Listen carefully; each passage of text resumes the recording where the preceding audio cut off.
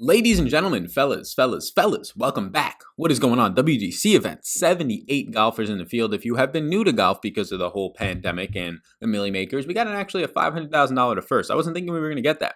I was thinking we might be lucky if we get $200,000 to first on DraftKings, but we're talking the betting market right now. So what's going on? Hopefully you had a fantastic weekend. Not sure if anybody had the outright Michael Thompson winner this past weekend. Had a little bit of a sweat at one point where it looks like Max Homa was the only potential opportunity to maybe force a playoff. Doesn't end up happening, but I appreciate you all being here today. We're going to go through the bets, some of my early leans, some of the bets I've already placed as it is right now, 6:30 a.m. East Coast time on Monday. So hoping to snag some of the best lines that we can throughout the entire week. And before we get into it, if you do me one big favor, hit the like button on this video and big old subscribe button pops up bottom right hand corner. It takes just a couple of seconds of your time for these videos to actually continue to come out in the betting space and DFS space, and just having the ability to reach more people. That is the biggest way to do it organically, is by you guys interacting and engaging within the video with the like, and the big one, hitting that subscribe button. So I do thank you in advance. And today's sponsor of the show is going to be SuperDraft multiplier formats. If you're familiar with daily fantasy sports, and even if you're not, even if you're just a sports bettor, I urge you to check it out. Promo code SAL will get you $10 over there. And pretty much what you do, you can play any golfers that you want. And if it's going to be a quote unquote good golfer, shorter odds like a Jon Rahm, whatever fantasy points they score based on where they finish in the tournament and amount of birdies and eagles they pick up, negative points for bogeys, double bogeys, that sort of thing. Pars are a little bit of a kind of a neutral spot for you in that type of a scoring, but pretty much they'll get 1 times their points. But if you scroll down the leaderboards to somebody like a Corey Connors, who's not supposed to be as good of a golfer compared to them, and based on the Vegas odds won't be anywhere near that, well, now you're going to start to get like 1.5 times the points. So you can play any golfers you want. It's just sort of a strategy game. You can play the best golfers on the slate, but you can also try and pick up some guys down below who might get double the amount of points. So check it out. You can get $10 free upon sign up with promo code SAL, SuperDraft. I'll link up the information down below for that. But with that said, yes, we have left the 3M Open field, which was, the winner of the 3M Open field. Nothing against Thompson. He's won before, but I believe Honda like a while ago, if I recall, 2012, 2013. But yeah, it was kind of something that you can expect, especially when some of the top guns just don't make the weekend, and Paul Casey and Tommy Fleetwood, ever since Tommy double bogeyed, I believe, the final hole on Thursday, the opening day, he just did nothing on Friday to really kind of give you any hope that he was going to get low enough. And really, he only needed to shoot like a 2 or 3 under, but he just couldn't get there. He wasn't scoring. And that was kind of the trend for a lot of guys. Brooks Koepka coming in somewhat maybe still injured, defending his championship here from last year. We'll see what he can do after being cut last week and not playing well as of late. Paul Casey being cut in back-to-back events, and Paul Casey just kind of having some blow-up holes as of late and really ruined his tournaments. Paul Casey is a guy who we're going to look at his odds. I've taken a brief look at the odds. He's one of the guys I wrote down, but there's some really good odds numbers that you're going to find out there. Some odd ones as well in terms of how long they are to start the day. And what you're doing there is you're just trying to bet the number rather than the form on these guys. And it's going to be hard to ignore some of the numbers on some of these players. Appreciate you being here. Let's hop into it. We're going to start at the top of the board right now. We're going to see some players in the teens, and there's going to be a lot of golfers in the teens, and it's a WGC event. So what I should let you know, if you're not familiar, 78 golfer field, no cut. So all these golfers are playing all 4 days unless they withdraw from the event. The top 8 in the world are here in this field at St. Jude's in Memphis. It's going to be the second year that it's been a WGC, a World Golf Championship, rather than just being a full field event with your cuts normal how you were used to the past couple of months or couple of weeks since golf has returned. 45 of the top 50 are here. You're going to have Brooks Koepka, the winner from last year. He won his first WGC, with Webb Simpson finishing runner-up, and he's also in this field. There's going to be a couple of players making their debuts. It's going to be Henrik Stenson headlining that. Then you're going to also have Norris,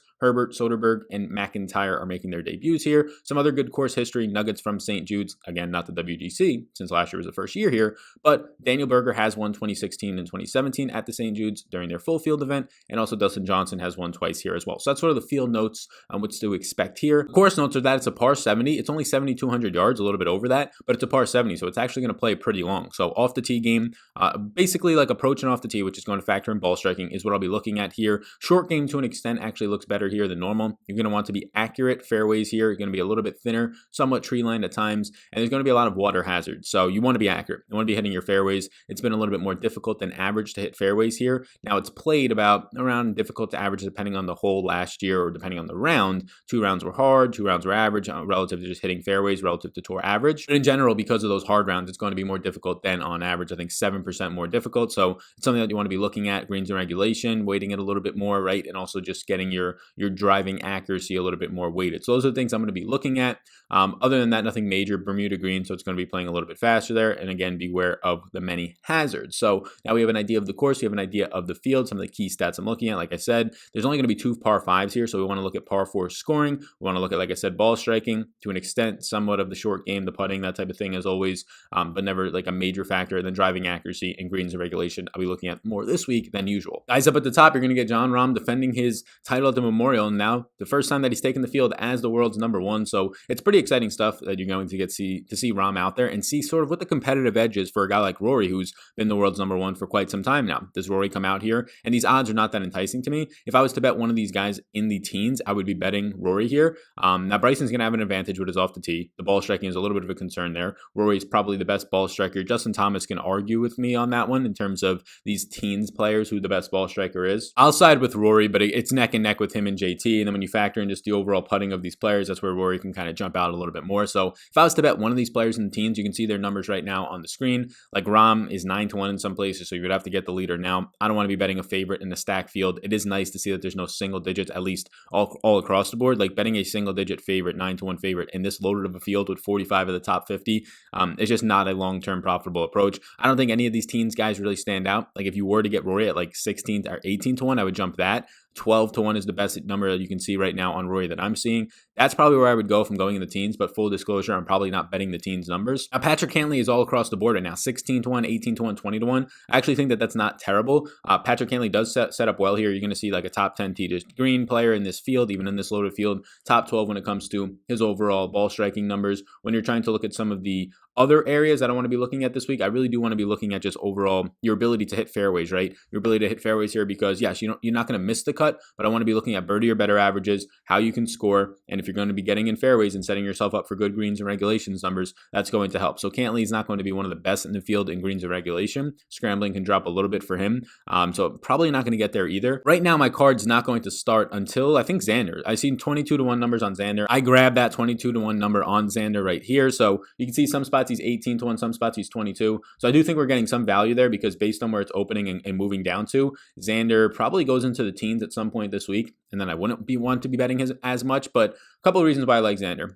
In terms of a fantasy national stat database, you can check it out. I'll link it up down below. It is number 4, and he is number 4 in good drives in this field. So overall, his fairway accuracy has been pretty good so far. He's going to be a birdie or better type of a fiend, if you will. When you look across the board, he's 6th in tee to green, 7th in ball striking, which I very much care about here. And if you keep looking across the board, his only iffy spot will be putting, and he's still above average in putting in this field. And again, putting will be variant, but lately he's been coming on. And Xander's going to be a popular play in DFS formats, but maybe I don't play him as much there because of that. But if I get my hedge in betting and I actually like him in the betting markets, it's something that does stand out. He's been playing fantastic since the restart. I mean, you look at it, his finishes 3rd, 64th, 20th, 14th, and 13th, and he lost 5 strokes at the Memorial and still finished 13th. The guy just went absolutely off with his off the tee game, which is important here, 7 strokes gained, and then his recent form on approach, 4.6 strokes gained and 5.1 strokes gained in his last 2 outings, gained strokes tee to green in 3 straight in 4 out of his last 5. So you're telling me that you're getting somebody who's accurate. You're telling me that you're getting, I believe, let me look at Xander right now. He is number 1 in this field, I believe right now. Yes, he is. He's number 1 in this field in greens and regulation, which is, again, how often you're going to have an opportunity to putt for birdie. And the putting for him is kind of all over the place. Like, it's nothing. He did lose 5 strokes at Memorial, but that is just like kind of an outlier for him. It's nothing that's really detrimental. Before losing that, he gained in 4 out of his last 5 contests, and pretty much that's all the contests since the return. So yeah, I think that Xander at 22-1 makes a lot of sense. If you're looking at recent form, checks the box. If you're looking at win pedigree in a loaded field, checks that box without a doubt. And if you're just looking at his historical form and what he's been doing, I mean, just since the restart, not just totally recent, like last 2 events, but last 5 or 6 events, everything has looked really good. The only event where he really struggled, his approach game got away from him at the RBC Heritage, where he barely made the cut and then finished 64th. Other than that, it's been top 20 and top 15 performances the entire way for Xander. In this loaded of a field, 22-1, Xander looks really good here, accurate, greens regulation, all those things, the ball striking clicks off the tee. So Xander at 22-1, I placed a bet on right now. There's a lot of guys that are in the bomb range, like the 100+1 range, that I'll call out. Their numbers are going to look nice. But keep in mind that these are the best players in the world, 45 of the top 50, playing 4 days. So it's not like you had last week where Tommy Fleetwood, and I mean, there wasn't many players in that field, but Tommy Fleetwood, Dustin Johnson had to withdraw, Brooks, like in fields where you have those guys who have a bad Friday or have a bad Thursday, or Paul Casey 2 weeks ago, where he had 1 hole that was bad, right? He shot like a snowman on a par 3. It was terrible. It's hard to make that up in time to make the cut if you're doing that on your Thursday or Friday round. But if you do that and now you don't have any cut to worry about, you can go out there and you can shoot your 4 or 5 unders on Saturday, your 4 or 5 unders on Sunday, and you're right back in contention. So it's much harder for guys who aren't normally consistent, like them only have 1 or 2 good rounds in them that get them to the cut, and then they're good fantasy scorers, but never really threaten, or good top 20 upside, but never really threaten to win. It's harder to want to bet them in an outright market. You obviously get thrown the really good 100 plus to 1 numbers on them, and we'll get to them in a second, but just seeing them actually beat 45 of the other top 50 of the world, or maybe they're ranked like 40th, but beating 39 of the other top 40 in the world is really difficult to want to bet on. Again, the number's going to look nice. I'll probably snag 1 or 2 of them, but I'm not going to be having too much emphasis in that range. So I think this range is really attractive, like Webb and Hovland and Morikawa. Like these, and I mean, you could throw Berger into there just based on like having the course history, but these names, and also Berger's playing really well,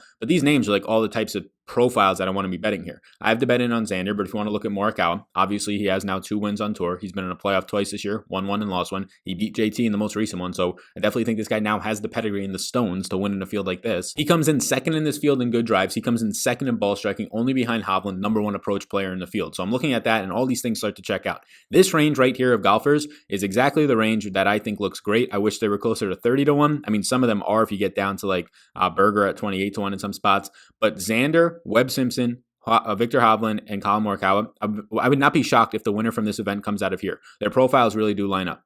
Some of them being really good in green and regulation, but some of the best ball strikers in the world who are good at putting when it comes to Webb, and Xander can get there enough. The ones who aren't are Hovland and Morikawa, although Hovland's short game is improving. And then you get guys who are just solid off the tee. So yeah, I think all their profiles really match up. In terms of DFS, the ones that are lower owned, I'll take. But in terms of the betting market, right now, Xander's a guy that I have, and I'm going to decide throughout the rest of the week which one of these guys, they all seem to be like 25 or 22 to 1, which one of these guys I want to take. I think Hovland is the one who has the least experience in sort of like down the stretch. He had that little down the stretch with Justin Thomas and Morikawa a couple weeks back when Morikawa ended up winning. Doesn't really have that experience in terms of closing out a field like this outside of the Puerto Rico Open. That wasn't a field like this, right? So it's going to be interesting to see what I want to do here. I might take another one out of these 3. I probably will, between Morikawa, Hovland, and Webb. I'm leaning between Webb and Hovland. Hovland, you get the better number of 25 to 1, whereas Webb, it's only at 22 and 20 to 1 in some spots. So I'll come back on that. I'll probably post my final card on Twitter later in the week, but I'm going to be starring some of these things. So for right now, I'm going to star Xander because I already bet him, and I'm going to star these other 3 golfers for potentially betting one of them. Probably going to come down, I'll leave Morikawa out of it for right now, probably going to come down to Hovland and Webb. As you scroll down more, Daniel Berger, I mean, yeah, if you want to get to Berger, he started off really hot. I believe he was 3 under the last time that we saw him, which was, I believe, at the Memorial. Starts off 3 under, and then just kind of just falls off the face of the earth a little bit.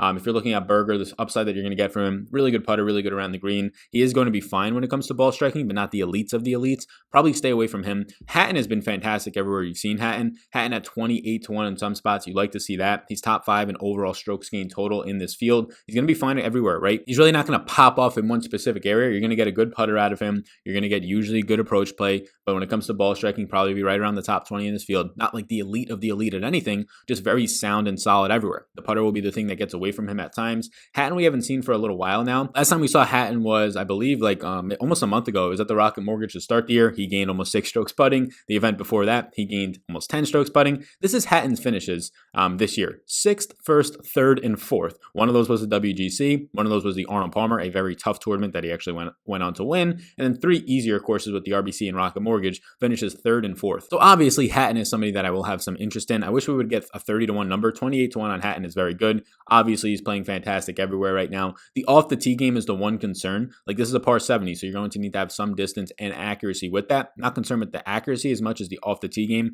compared to other competitors in the field for him to outright win. I don't doubt that he can finish top 10. I don't doubt that he can finish top 5, but to outright win off the tee has been a very key stat here, and that's the one piece of his game that is not bad, but I would say it's probably the weakest part of his game. If his putter is clicking, it's definitely the weakest part of his game. So 28 to 1 is a fine number if you wanted to bet it. I think it's okay. Tommy Fleetwood, you're seeing in the 30 to 1 number now. He was just like the best golfer in this field last week, or in the field last week at the 3M. Obviously a totally different field. It was the first time that we saw Tommy back, and he just couldn't score. Like, he wasn't blowing up dramatically in places, had that double bogey on the final hole, but he just couldn't end up scoring. So it was a little bit of a concern, and I'm not going to take a ton away from that. Going right back to the number that they reduced the market on, right? They reduced the market on Webb. He ends up and goes out and wins. They reduced the market on Collin Morikawa. He goes out and wins. So you buy these guys to low points. I do think 33 to 1 is a low point number on Tommy, or 30 to 1 in a lot of places. That's fine as well. I think that I'll consider betting it, but I much rather bet between Webb and Hovland, and you don't even get a better number on them. And then I don't want to be getting too many guys. I'll probably make 3 or 4 bets this week, 1 or 2 bombs.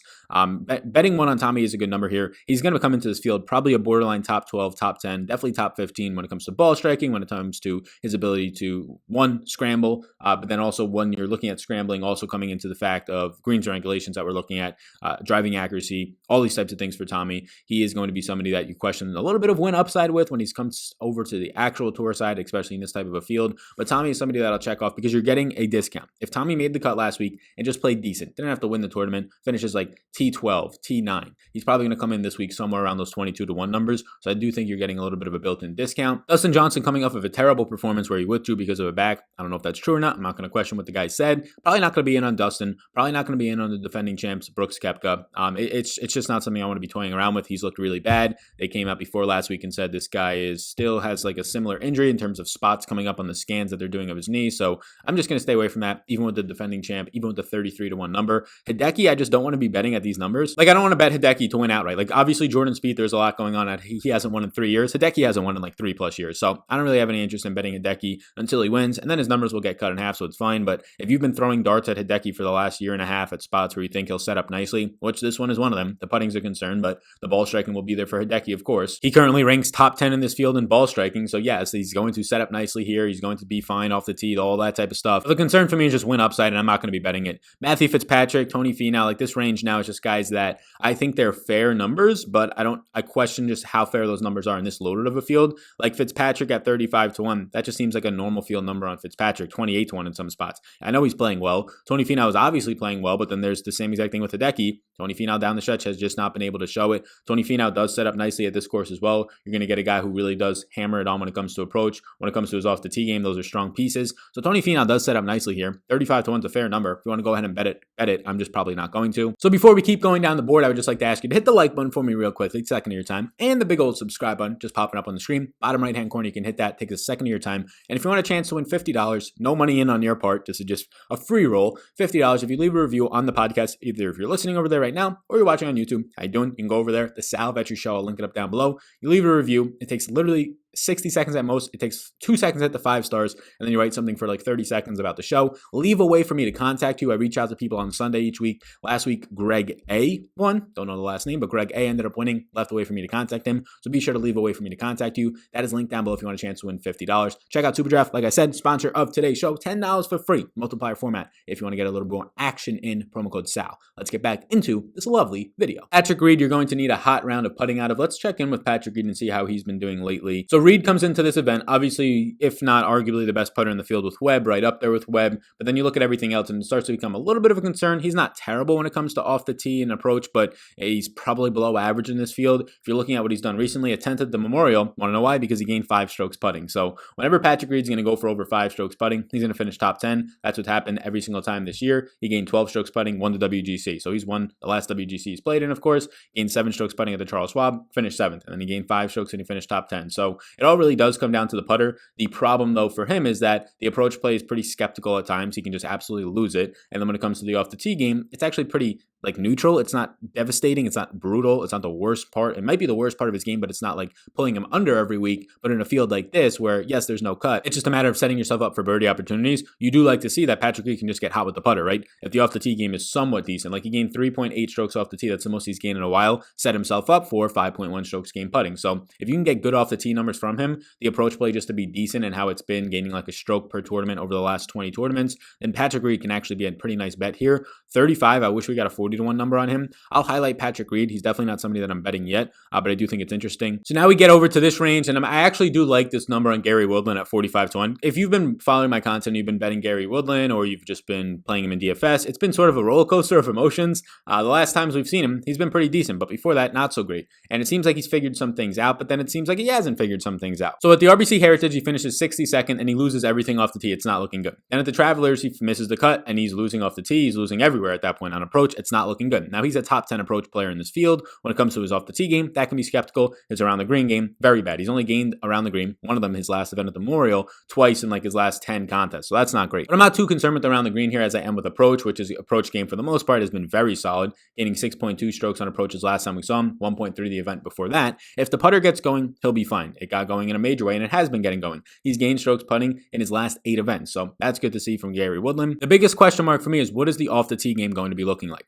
His off the tee game, he has lost strokes now in 4 of his last 5 contests. It looks like he gained it back when he was at the workday, gaining over 3 strokes off the tee. He was the best off the tee scorer in Thursday of the workday, the first round there, the first weekend that they played Muirfield Village before the Memorial. And then the next week he comes out and he loses almost 4 strokes off the tee. The only reason that he actually finishes top 22 and finishes well was because a lot of that came down the stretch, 1, and 2, he gained over 6 strokes on approach. He's sort of this polarizing figure where he had to get really hot on Friday. He had an eagle just to make the cut, and he did. Well, not on the last hole, but like it was like the hole 16 he eagled and ended up making his cut security pretty much good. And then he just took over the weekend, like the best golfer on the weekend, and he finishes top 5. And everything from pretty much that point on, that Thursday event, Friday was a little bit shaky, but Saturday and Sunday looked like it was vintage Gary Woodland. He comes out the next week, he performs fine, but some other question marks start to pop off with the off the tee game. I'm going to highlight Gary Woodland here. Again, the only bet that I've placed so far, the guys we've talked about, is Xander, and I'm probably going to be betting 2 of these guys. So we'll talk about one more guy here. I'll highlight Answer because I like the number at 55-1. I do think Answer sets up really nicely for this field. I do think Answer has also been playing very, very solid to this point. So if you look into it a little bit more, Answer is in this field a top 15 player in a lot of the key areas that I'm looking at. When it comes to ball striking, his approach and off the tee game are top 20. When it comes to just good drives and driving accuracy, he'll be up there in that ranges as well. And when you look at his recent form, what you're getting out of Answer is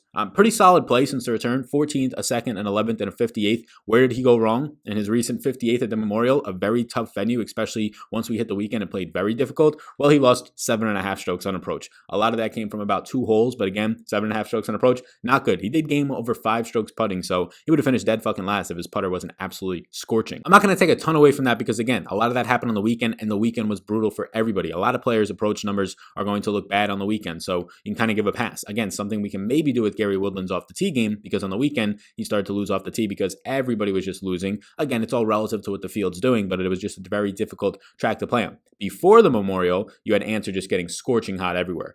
Gaining on approach 4.2, 11.8, 4.7. Hitting the greens and regulations on like 18 of 18 holes, I believe, at the RBC Heritage, and still not winning the event. And just absolutely brutal. So yeah, I think Answer's at a 55-1 number. I have placed a bet on that. So those are the 2 bets I placed so far. Answer 55-1, Xander 22-1. And then in this range below 100-1, because you quickly get to the 100-1 range, right? There's only a couple more golfers down here. Stenson's making his return. Probably don't want to touch it. Sanjay took a couple weeks off, or took a week off. Now he's 90-1, 80-1. You can get there. I'm just going to wait and see. It's a very good number on Sanjay if you think he's the golfer before the stoppage, but since the stoppage, he's been probably hurt the most by that whole coronavirus stoppage. He went from winning events to finishing 2nd and 3rd and placing very highly, backdoor top 10 the first week back, but then he's been struggling since then. So I placed a bet on Xander. I've placed a bet on Answer to this point, and then I'm probably going to place 1 or probably 2 more bets and have just a 4-bet total card, maybe 1 or 2 bombs, but I'm probably going to have Xander, Answer definitely, and then I'll have 2 more of Webb, Hovland, Tommy Fleetwood, and Patrick Reed. If I had to guess right now where I'd go,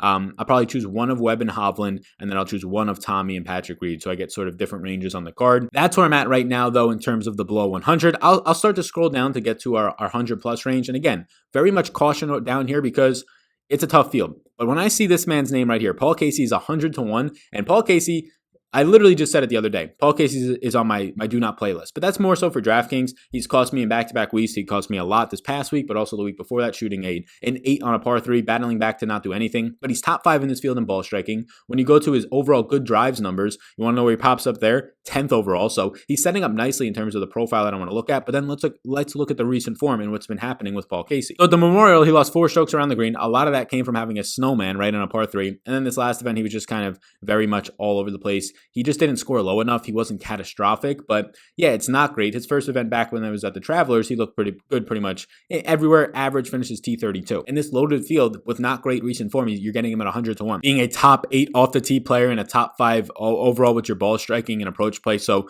Casey sets up nicely here. A lot of you watching this are going to barf in your mouth who played him last week in DFS and bet on him at 25-1 because he doesn't make the cut. But that's an interesting guy that I want to look at. And then the other guy that I'm probably not going to bet, I'll probably choose one of these 2 guys to bet, but Corey Connors is the other one who sets up nicely here. You're just going to have to worry about his around the green play and his putting. That's awful. That's way worse than Paul Casey's, and Paul Casey's putting is not good either. I mean, Corey Connors is arguably the worst putter in this field. I'm sure he's going to rank out right down there with Hideki as some of the worst putters in this field. The issue or the thing with Corey Connors is he's not Hideki's price point of like 30-1. He's 100 and 110-1 in some spots. I think Bet365 is 110-1 on here. And he's also somebody who's going to grade out really nicely with ball striking, 8th overall and 6th in this field according to Fantasy National when it comes to good drives right right now. So that's good. Fairways gained, he's also solid. He's number 2 in greens in regulation, a stat that I'm really keying in on, only behind a guy right now in Xander. So, you know what? I think Connor's 110-1. It is hard to see his putter clicking for 4 straight days, right? Like if you knock out half the field and now he only has to beat not as great of a field if there was a cut in this one